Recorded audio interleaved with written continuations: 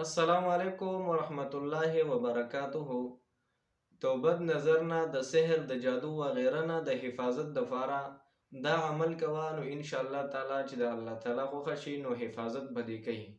ملګرو، بد نظر لګېدل چې دی نو دا حق دی او نظر خامخا لګي د بعضې انسانانو.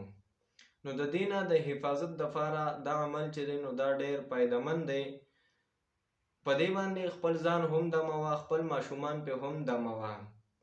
د سورة القلم اخري آیتونه: وَإِن يَكَادُ الَّذِينَ أعوذ بالله من الشيطان الرجيم بسم الله الرحمن الرحيم وَإِن يَكَادُ الَّذِينَ كَفَرُوا لَيَزْلِقُونَكَ بِأَبْصَارِهِمْ لَمَّا سَمِعُوا الذِّكْرَ وَيَقُولُونَ إِنَّهُ لَمَجْنُونٌ وَمَا هُوَ إِلَّا ذِكْرٌ لِلْعَالَمِينَ. دا کلمات د مسلمانانو ورونو د سکرین باندې به تاسو ته ښکاري.